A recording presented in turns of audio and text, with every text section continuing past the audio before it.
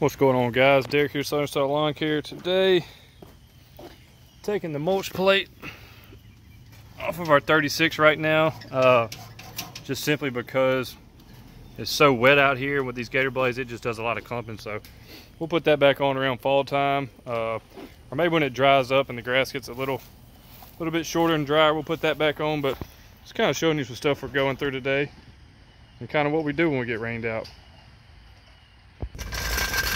Alright, so now we got the blades changed on this, and got the mulch plate off. Got the blades changed on the deer. We're going to go change the blades on the Skag Cheetah.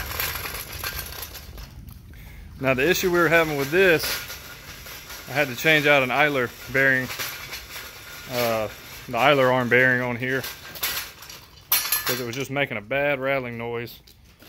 So we changed out that bearing right there, and it solved all those issues. The next issue we were having was, to me, I just didn't feel like I was getting all the power out of this thing that I should. So hooked up my steel tachometer. You hook it right here to this spark plug wire, and whatever this is reading, it's going to be double that. And I need to be running about 36s, about 17, 18 per side max, and I was only reading about 3,200, so I wasn't getting a lot of RPM. So of course I had to go in here and do some adjusting in there. But now we've got it all good. We're going to jack it up, change some blades out. All right, guys, we got our new sharp blades. Kind of hard to see. This thing's wanting to focus weird. Got our jacked up impact, 1/2 inch impacts. Got the mower, of course we need that. It's going to take a 1 inch to change all these, so I'll set you up while I change them and show you how quick we can do it. Alright, this is how you change the blades on the lawnmower.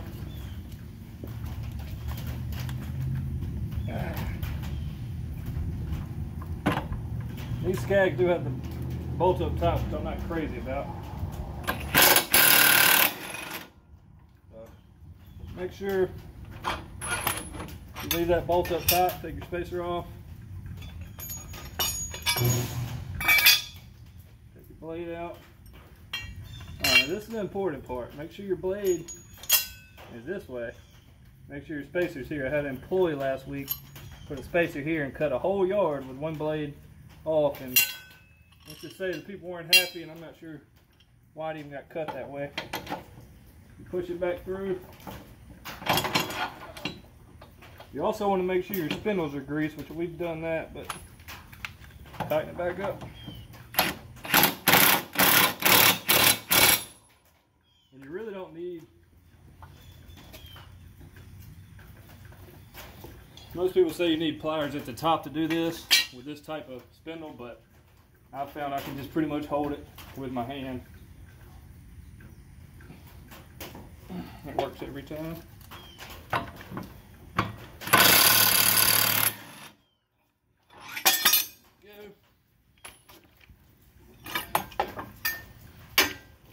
Take that spacer off. Old blade, new blade. And put your washer, blade, ends up, spacer,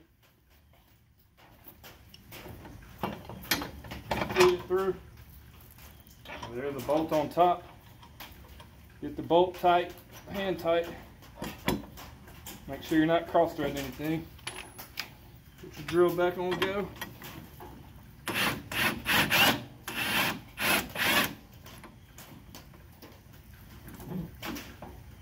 Got a little rust on this top bolt.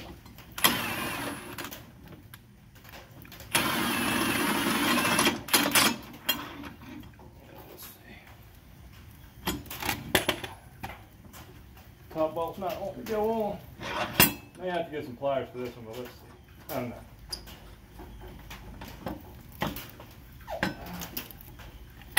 Let's see. Let's go in from the top of this one.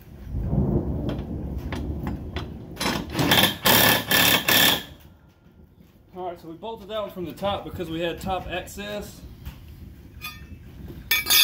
But now on these sides right here, you do not have top access because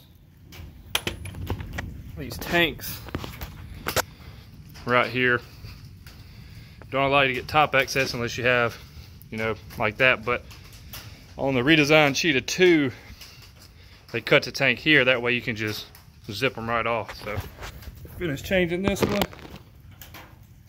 And that's how you do it. But like I said, I just put one hand under here because I don't like crawling under the lawnmower. Hold this top one.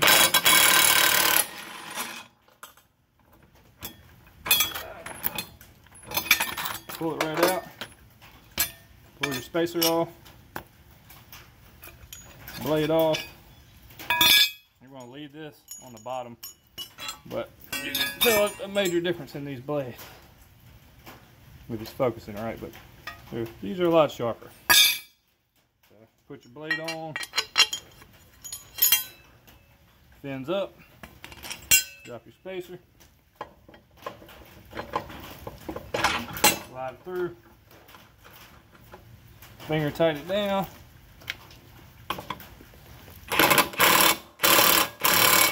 This 1/2-inch impact works wonders. So that's it, guys. All the mowers are greased, new blades. As you see, it doesn't take very long. Got the RPMs running right on this. We're gonna go cut and check on that. And that's pretty much just some of the stuff we do on rainy days. So I'm gonna back that in before it gets too wet. But appreciate it. Like, subscribe, comment. We're gonna get y'all some mowing footage here soon. As soon as we get a little less swamp. But like I said, this thing, the RPMs weren't where they should have been from the factory, and that bearing was already bad with less than 50 hours. So it just goes to show you need to check your new stuff. Check all the nuts and bolts, make sure everything's right, because half the time, you know, you're gonna have something fall off before the first 50 hours. I had a deck roller fell off this thing within less than 5 hours. Then I had to fix that bearing, and the RPMs were never even set from the factory. So like I said, just being in this business, you kind of got to know what you're doing, kind of know how to work on stuff. But other than that, guys, y'all have a good week mowing. I'll get y'all some mowing footage as soon as all this rain goes away and we get a little less backed up. So appreciate y'all watching. Like, subscribe, comment, and let me know what you want to see in the future. Peace.